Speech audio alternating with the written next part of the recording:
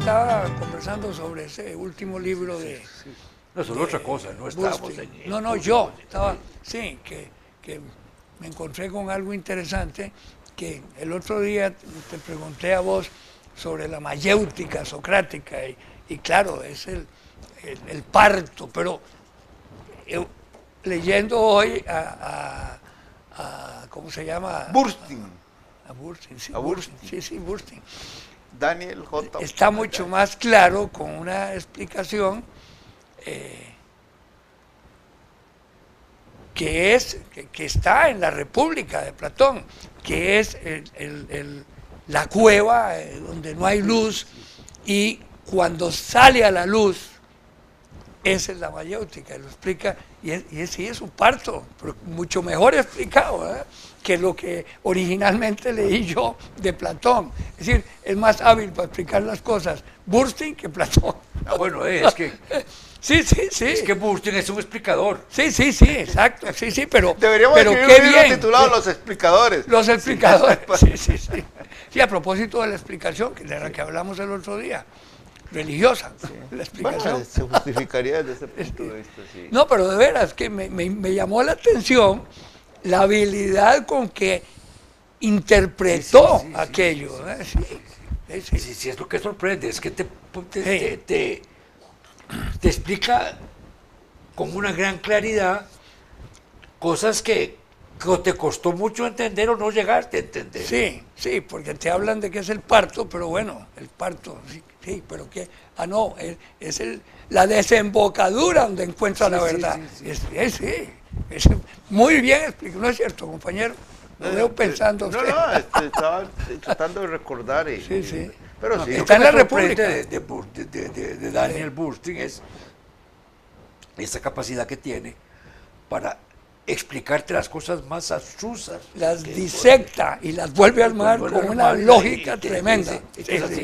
Sí, así es. Hablando de lógica, estaba viendo brevemente unas declaraciones de un obispo costarricense. No recuerdo los detalles porque estaba un poco enredado. No estaba como muy metido en la cosa cuando lo leí, pero sí recuerdo un detalle de esos que a uno lo hacen saltar sobre la mesa, ¿no? Dice ese obispo que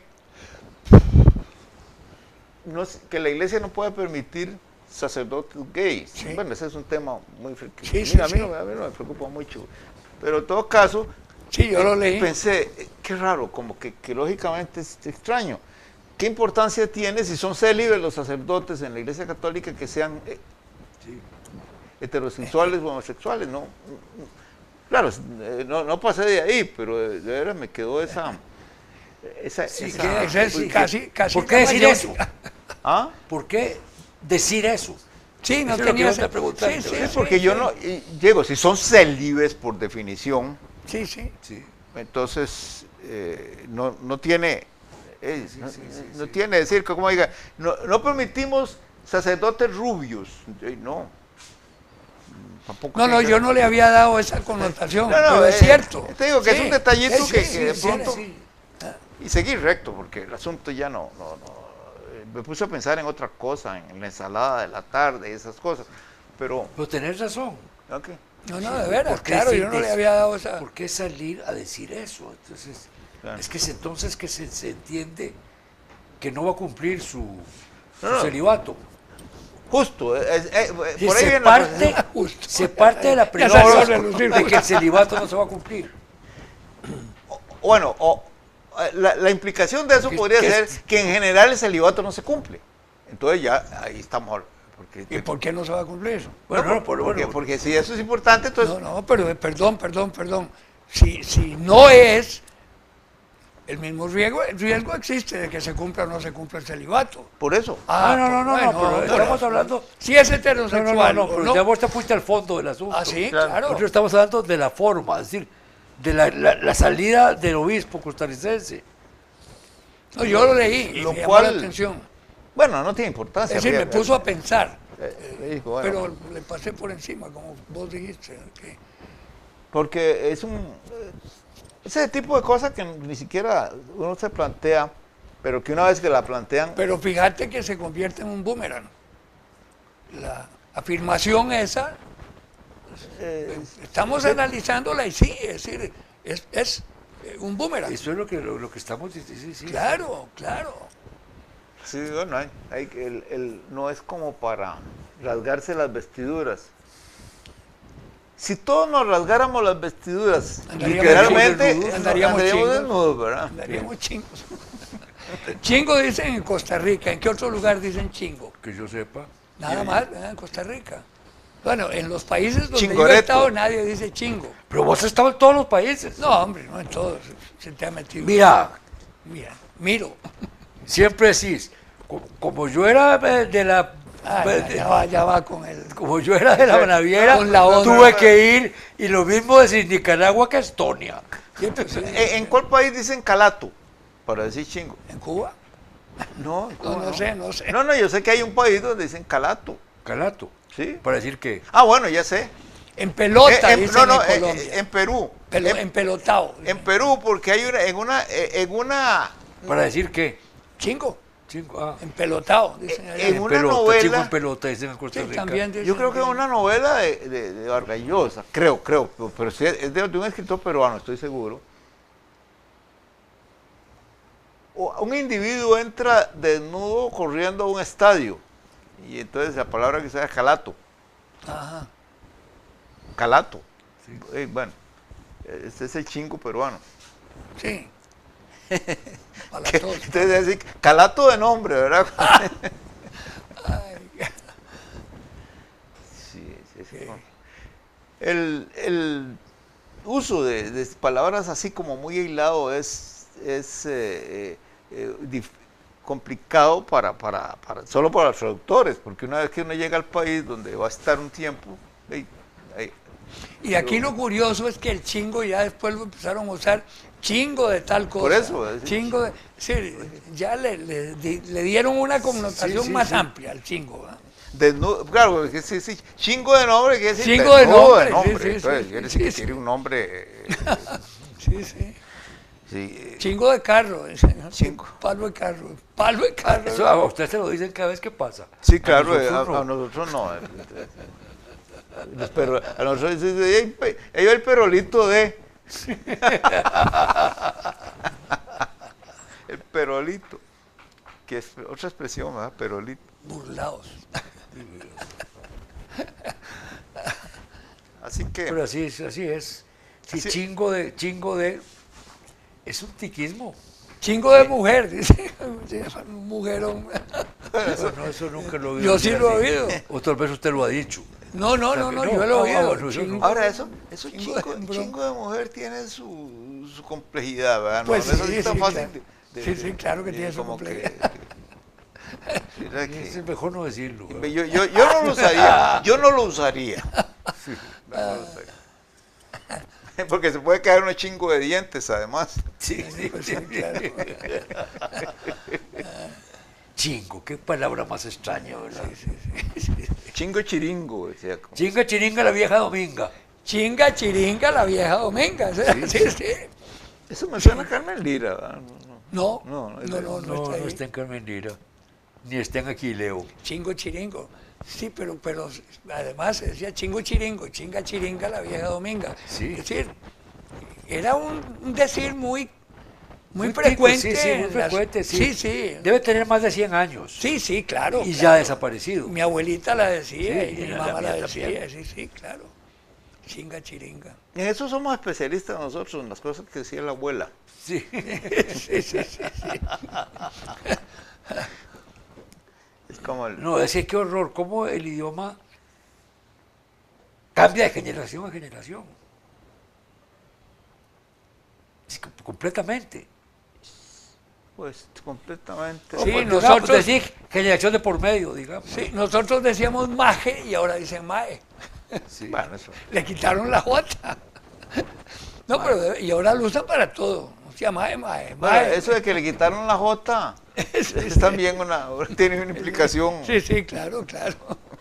¿Se acuerda? La J. Sí, claro. Sí. Y eso es una... Eso viene de los teléfonos. Ese es un... Claro. De la escasez de teléfonos. Sí, ponían la Claro. J, pero la gente decía... No, pues claro. Bueno. No digo de dónde venía. Bueno, Sí, claro. De ¿A ahí. dónde iba?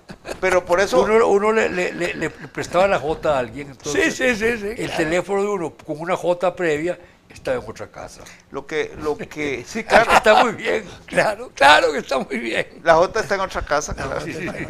Claro. Ya desapareció. Pero ya eso... No, lógicamente. Claro, y desaparecieron unas Jotas. Y la J telefónica ya no hay J de las otras. Sí. Sí. O les cambiaron el nombre. Bueno, no, digo, ya no hay... Ya no hay... bueno, sigue habiendo, es la misma, pero con otro nombre. Ahora Pues, sí. es que la velocidad del idioma es una cosa que a mí siempre me sorprende. Como una palabra aparece y desaparece.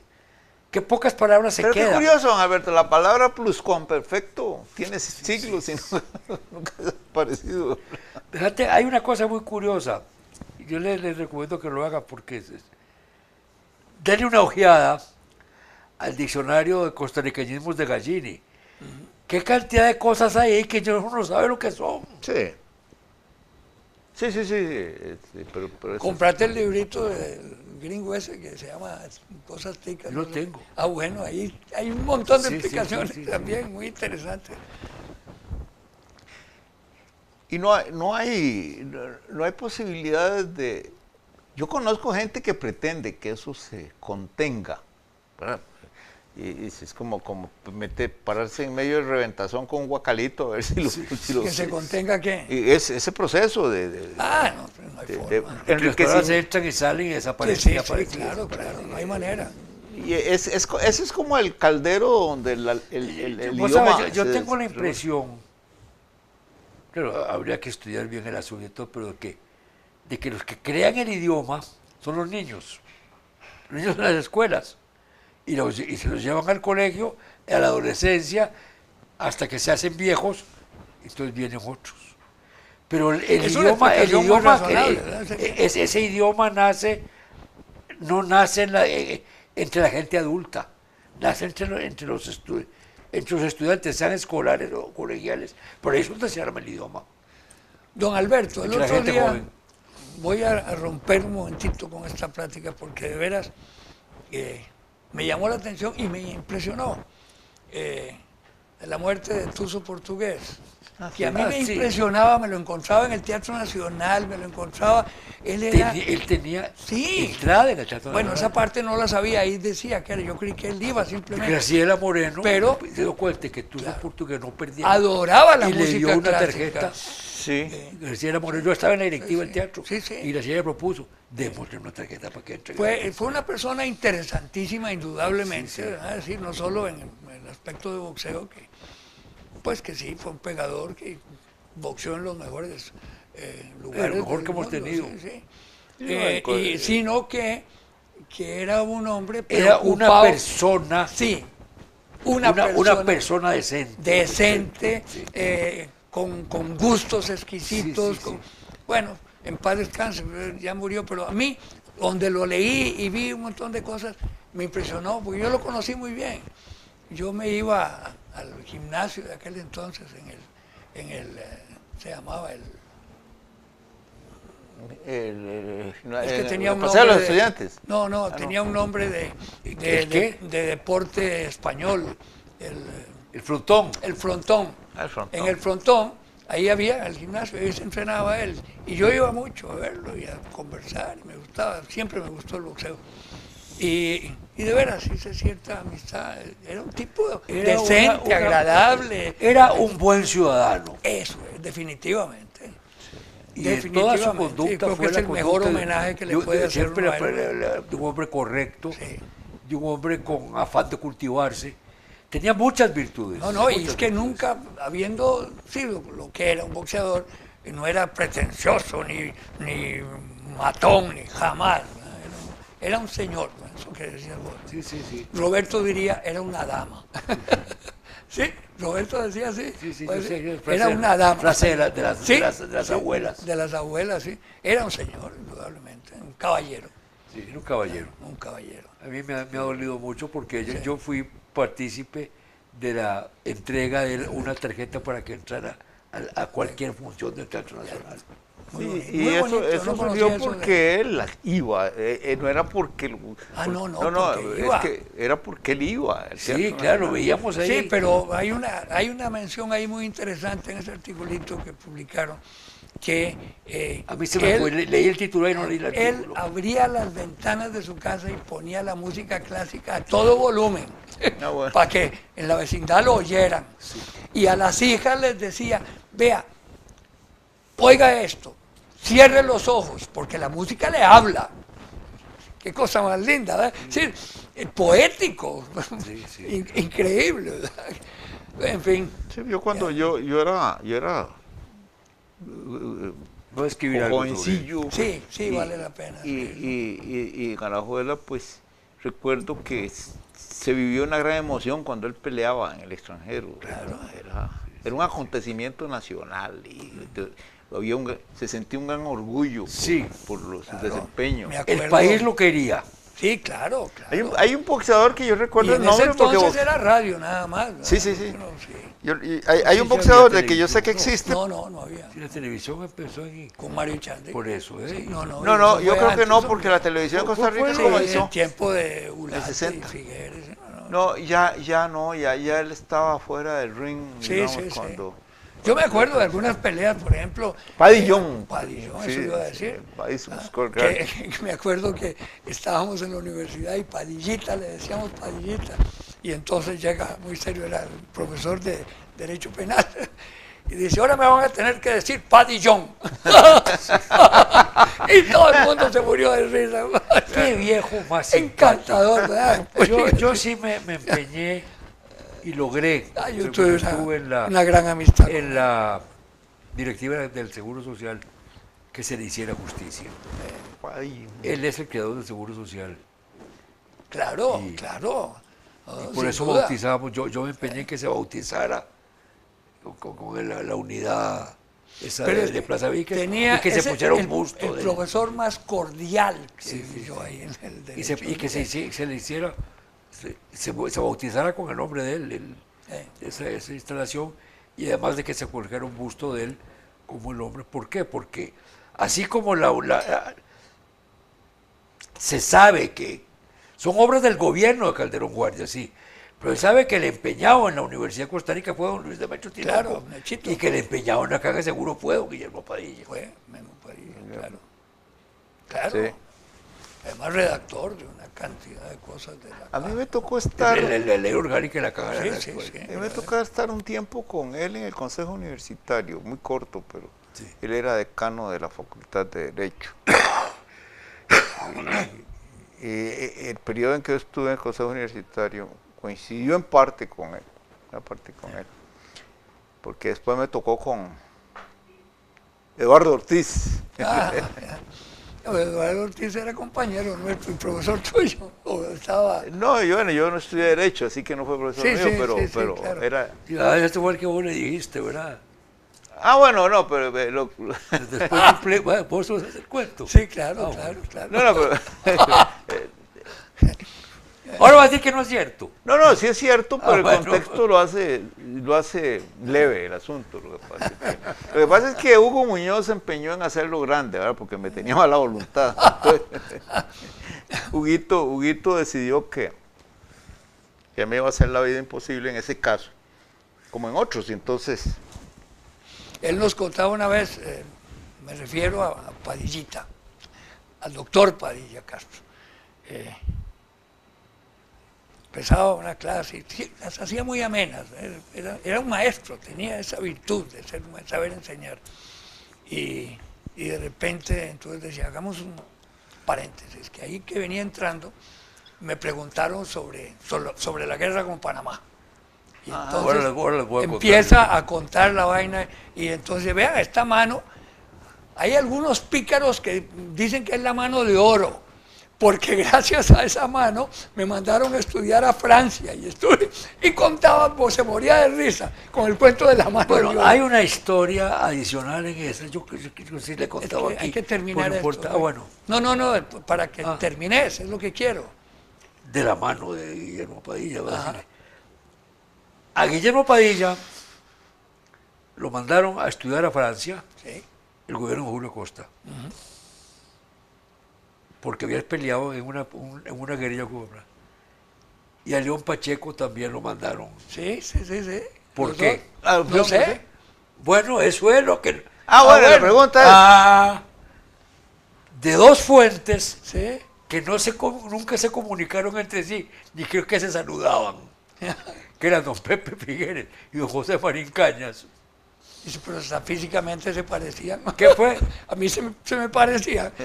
No, pero estoy hablando Pepe de Marín dos fuentes distintas Sí. que no se comunicaban Sí, claro, entre sí. claro. Las dos fuentes me dijeron a mí que habiendo estado presentes en la calle, saben que Guillermo Padilla y León Pacheco fueron los liceístas que quemaron información.